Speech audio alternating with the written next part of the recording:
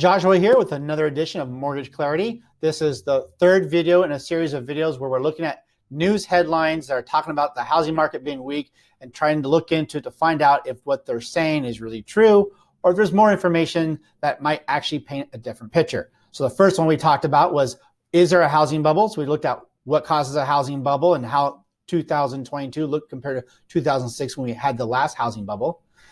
Then last week we actually took a look, or the last video, we took a look at the news using the number of showings or open house showings as a reason to say this is a sign of a weak market because there's just not as many showings. So we've talked about that one. And now today we're going to approach another topic that the news likes to talk about to show that there's weakness in the housing market that, surprise, surprise, I don't agree with. So the news says housing market shows signs of weakness because year over year sales are down. Okay, so is it fair to say that because year over year sales are down, fewer people buying homes, that must mean the housing market's weak and is about to correct? Well, here's the truth.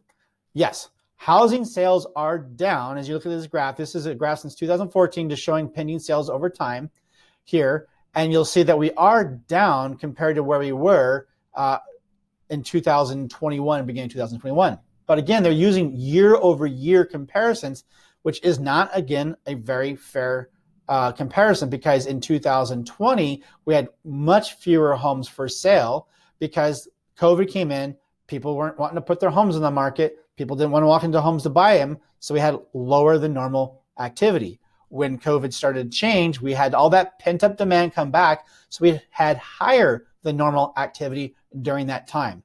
And what we're really seeing here in this graph when we say that U.S. home sales are down is, yes, they are down because one, we're reverting back to the more normal of activity, but they're also down, again, if you go back to the very first video on the housing bubble, where the amount of inventory needed to meet current demand based on population stuff would be more like 2.4, 2.6 million units of home on the market. We only have 0.9 million. So you can't have as much buying activity if you don't have the homes to sell. Now, as a lender, I can tell you that I have lots of buyers who are really wanting to buy.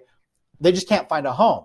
So if we had more inventory in the market, you would have more sales and you'd actually see higher sales, not lower sales. So just simply looking at the year over year comparisons of sales, closings this time versus last year is not a fair representation. If you look at the whole picture, I think you'll see the housing market remains very strong. And I, for one, do believe that, this is May 2022, that going into the future, the next year, 2 or 3 years, we're going to continue to see higher appreciation, higher home values, because we simply do not have enough supply. And until supply and demand come into equilibrium, which will take time, home values are going to be strong. It's going to be an excellent time to own a home. And I do personally believe buying a home today will be cheaper than a home tomorrow. All right, that's it for now. Again, if you like this, please hit thumbs up, subscribe if you want to see other videos, and have a great day. Bye for now.